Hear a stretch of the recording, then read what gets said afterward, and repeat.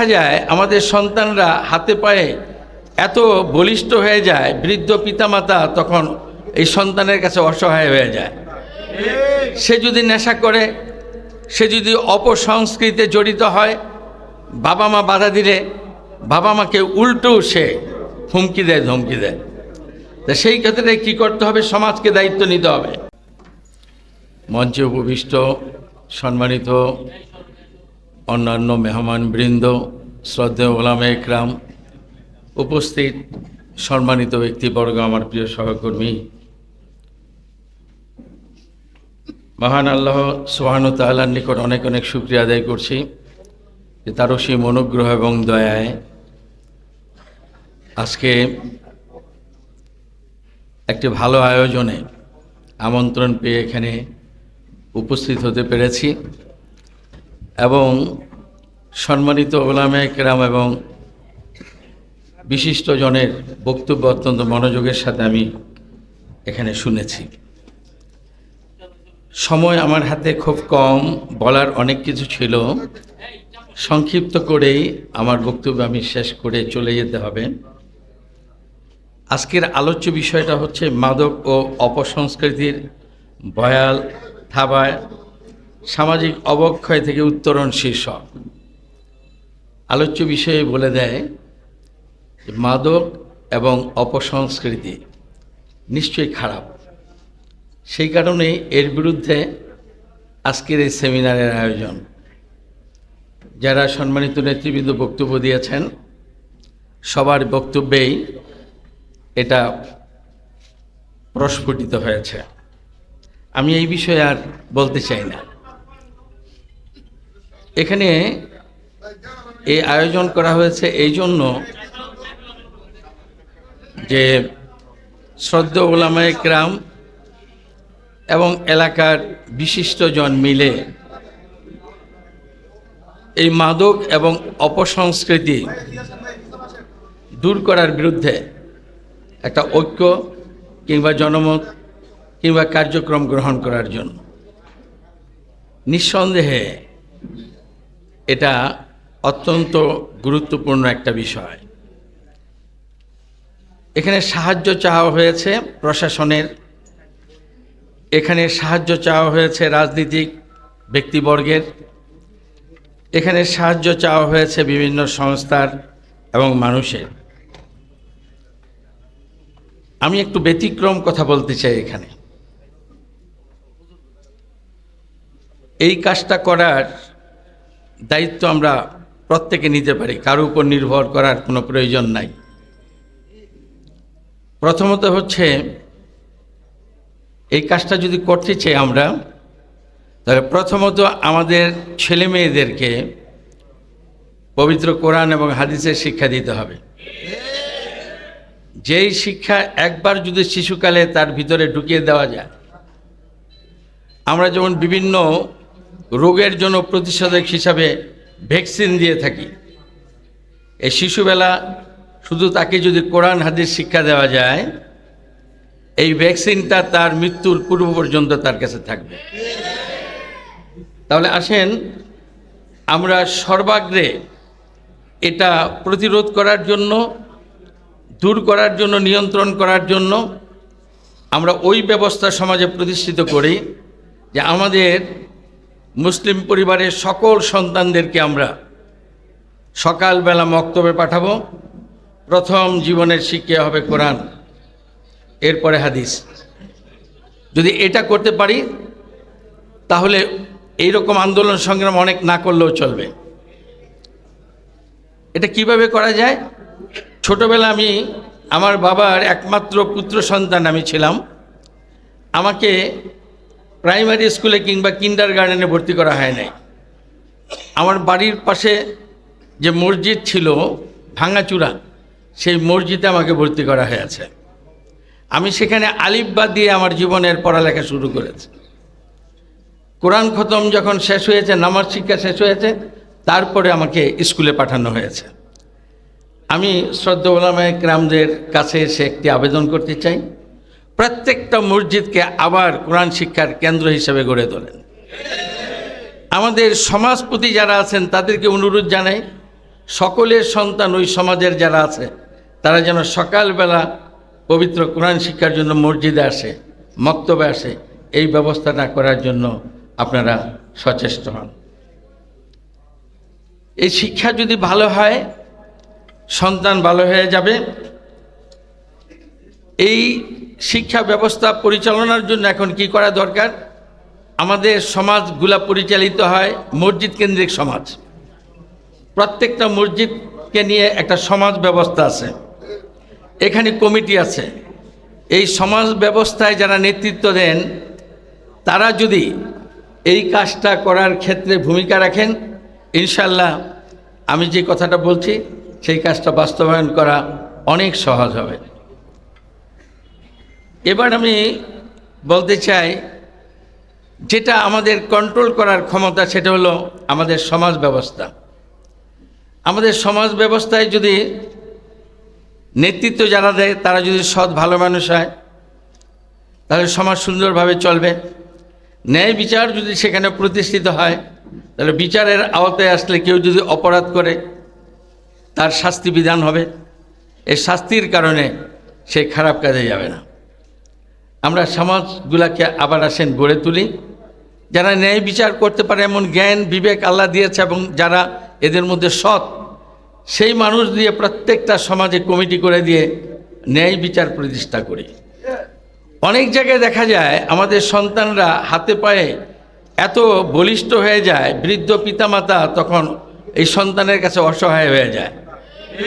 সে যদি নেশা করে, সে যদি অপসংস্কৃতিতে জড়িত হয়, বাবা মা বাধা দিলে বাবা মাকে উল্টো সে হুমকি দেয়, ধমকি দেয়। তা সেই ক্ষেত্রে কী করতে হবে? সমাজকে দায়িত্ব নিতে হবে।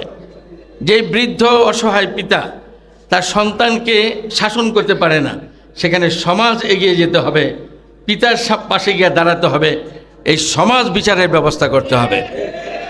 এটা আরেকটা ব্যবস্থা আমাদের পাওয়ার, আমরা ক্ষমতা আছে, এটা করতে পারি। এরপর কি করা যায়? সামাজিকভাবে আরও কিছু কাজ আছে। মসজিদ কেন্দ্রিক সমাজ ব্যবস্থা, ওই এলাকায় যদি কেউ মাদক সেবন করে কিংবা মাদক বিক্রি করে, ওই মহল্লার কেউ তো অজানা থাকার কথা না, সবাই জানেন। পুলিশ দিয়ে, রাষ্ট্র দিয়ে আপনি বিচার করাবেন, এর আগে আপনার কাছে তো একটা পাওয়ার আছে, যে পাওয়ারটা ইউটিলাইজ করলে আপনি বিচারটা করতে পারেন। শুক্রবার দিন তো মসজিদে অনেকেই জুমার নামাজে যায়। আমাদের শ্রদ্ধেয় উলামা ইকরাম কোরআন হাদিসের আলোকে আমাদেরকে পথ নির্দেশনা দেন।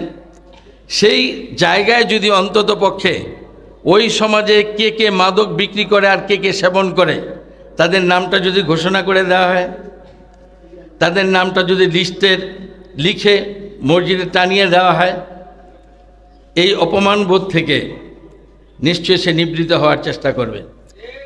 এছাড়াও আপনারা আমার কাছে কি পাওয়ার আছে, পুলিশের চেয়ে বেশি পাওয়ার, সেনাবাহিনীর থেকে বেশি পাওয়ার, সেই কথাগুলি বলতে চাই।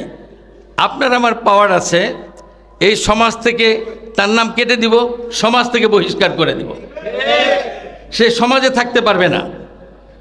এই ব্যবস্থা যদি নেন, আপনার আমার কাছে তো কন্ট্রোল করার ক্ষমতা আছে, সেটা ইউটিলাইজ করার একটা ব্যাপার। এই ব্যাপারটা আমরা করতে পারি। আমরা আরও একটা কাজ করতে পারি, সেটা হলো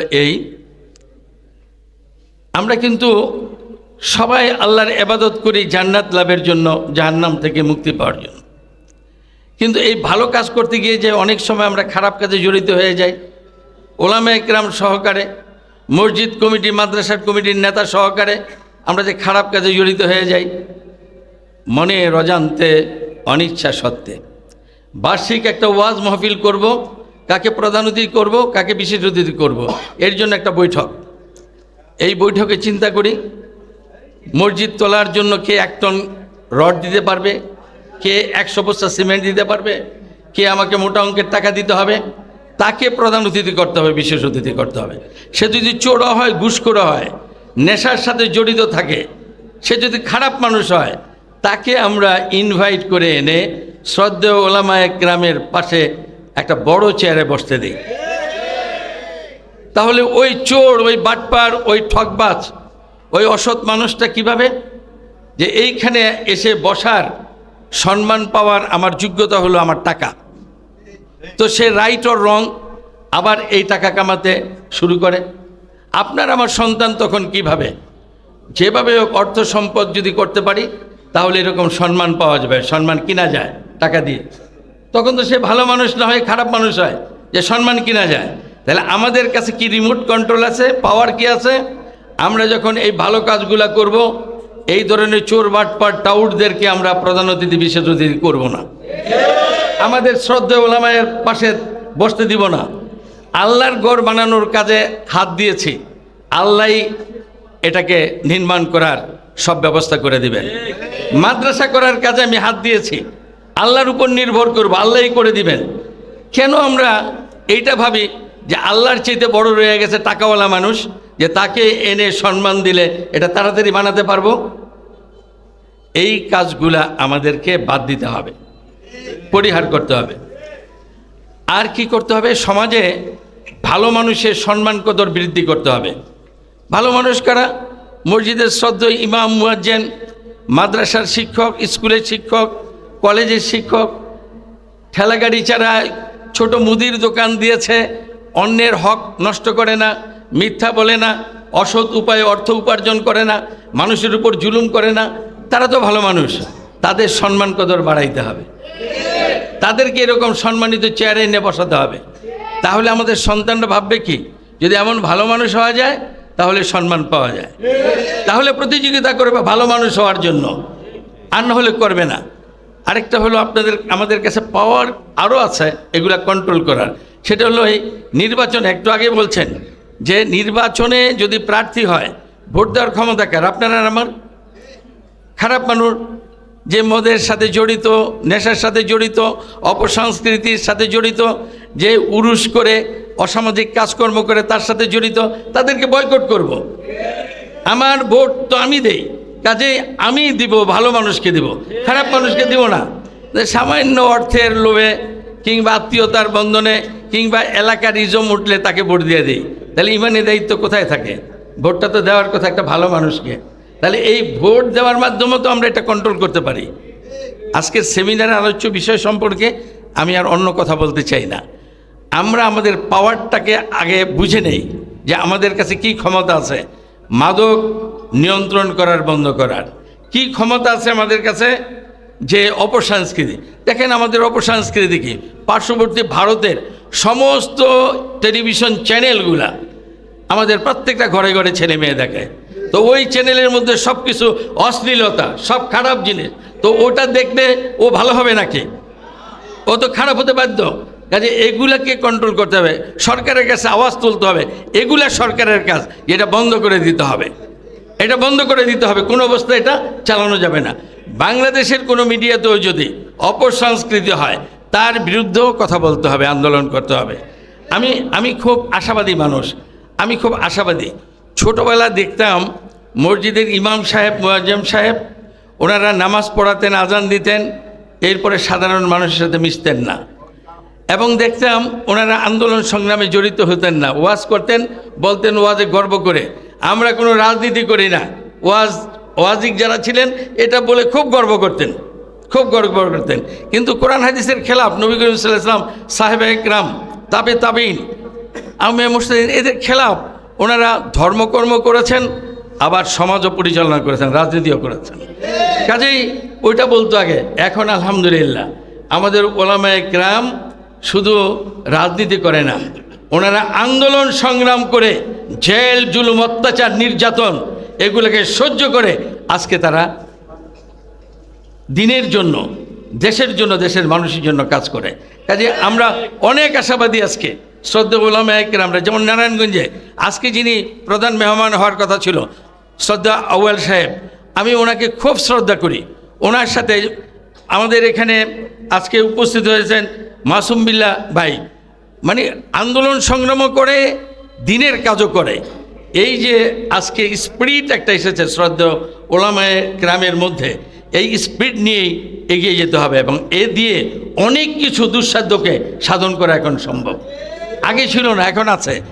আপনারা জানেন ওই সরকারের আমলে, বিগত সরকারের আমলে, স্বৈরাচারের সময় কত শ্রদ্ধেয় ওলামায়ে কেরাম দীর্ঘদিন জেল জুলুম খেলেছে, আপনারা সব জানেন। কিন্তু তারা থেমে যান নাই, আন্দোলন সংগ্রামে ছিলেন, এখনও আছেন, এখনও আমাদেরকে পথ দেখান ভালোর দিকে আমাদেরকে। তো আমরা আশাবাদী যে আমাদের পাওয়ারগুলো যদি আমরা ইউটিলাইজ করি, তাহলে ইনশাল্লাহ আমরা এই অসামাজিক কাজ বলেন, মাদক বলেন, এগুলাকে আমরা সমাজ থেকে সরিয়ে দিতে পারবো। আরেকটি কথা, আমার কথা অনেকে বলছেন যে এই সমস্ত ভালো কাজে যদি আপনারা আমাকে রাখেন, ডাকেন, খুশি হব এবং সকল কাজে আমি জড়িত থাকবো ইনশাআল্লাহ, যতদিন বেঁচে আছি থাকবো। মহান আল্লাহ আমাদেরকে তৌফিক দান করুন এবং বক্তাবলী পরগনা মাদক ও সামাজিক কার্যকলাপ প্রতিরোধ কমিটিকে আল্লাহ তৌফিক দান করুক, যে লক্ষ্য উদ্দেশ্য নিয়ে তারা কাজ করছে এই লক্ষ্য উদ্দেশ্য যেন বাস্তবায়ন করতে পারে, এবং এই যে আয়োজন এর উত্তম প্রতিদান যেন আল্লাহ তাদেরকে দান করেন। আল্লাহ হাফেজ।